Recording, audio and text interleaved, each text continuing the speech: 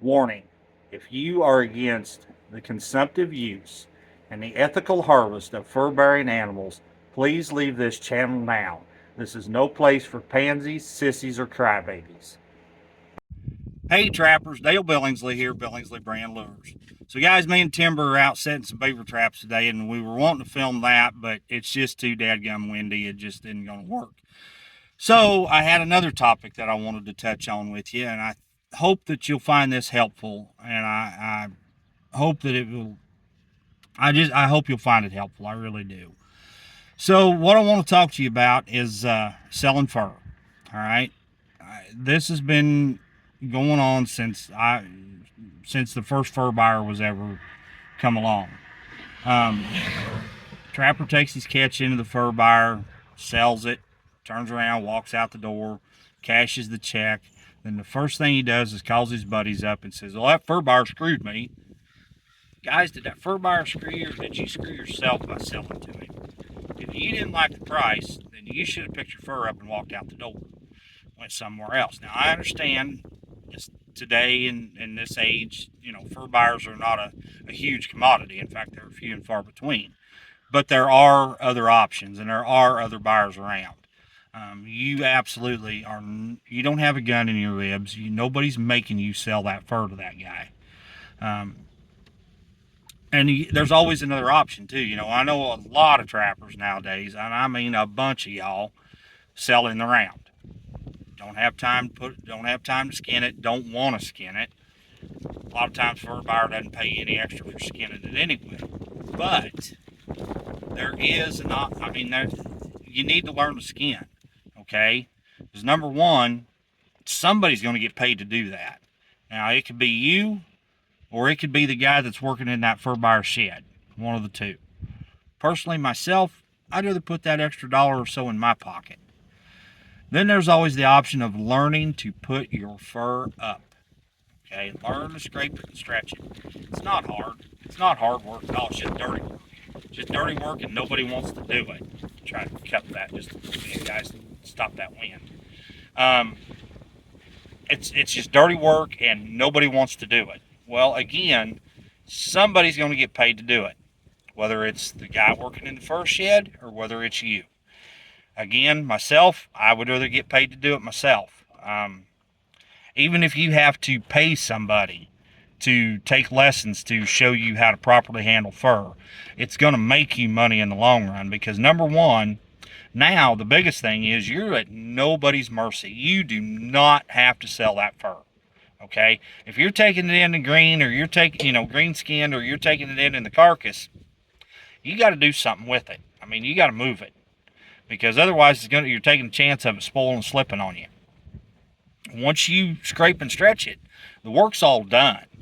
All right, you can hold that fur indefinitely, and there are ways to do it.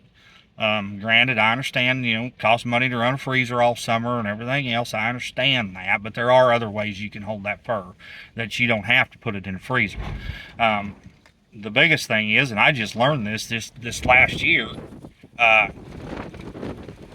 put 7 dust on it, and that'll keep the bugs out of it.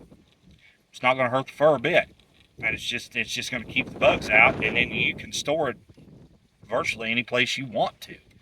As long as you can keep the bugs from getting to it, you're good. The other thing is you can store them in a freezer, as long as that, make sure the freezer's running. Dadgum, that wind is something else today. And the best way to hold that stuff, and the best I've ever seen, is to wrap it in burlap. Wrap that fur up in burlap, and don't put it off in a plastic bag or anything else that's going to draw moisture or condensation. Just leave it in the burlap, and when you pull that stuff out of that freezer, it looks like it's fresh as a daisy. I mean, it looks really, really good. It doesn't turn yellow. You don't have to re-dry it because it's drawn condensation or frost or anything else. I mean, it is fantastic. So there are some options here, guys, and then you've always got the option too to ship your fur. You can ship it up to Fur Harvester's auction. Granted, you got to wait on your money, and it may or may not sell right then. You don't know. You're kind of at their mercy, but you know that it will sell eventually. Okay, and yes, it's not necessarily in your control as to what you get out of it, but I've never lost by shipping. Um, I wasn't, I never was a big North American fan. You could kind of see the writing on the wall there. If you paid attention, once they started that whole buyback stuff where they was buying your fur and then turning around and selling a private treaty and they were making the money on it, you could kind of see what was happening there if you were paying attention. Um, I know a lot of guys that got burnt pretty bad because when North America went under, they had a lot invested in there. And, I know a man that close to $1 million he lost. But hindsight's always 20/20 when it comes to something like that. But there, like I said, and then there's your state and local auctions too. Your state fur auctions, you can always sell there too. You're not at anybody's mercy, regardless of what you think or regardless of what anybody tells you. You do not have to sell that fur. Period. So again, just stop and think: did the fur buyer screw you, or did you screw yourself by selling to him?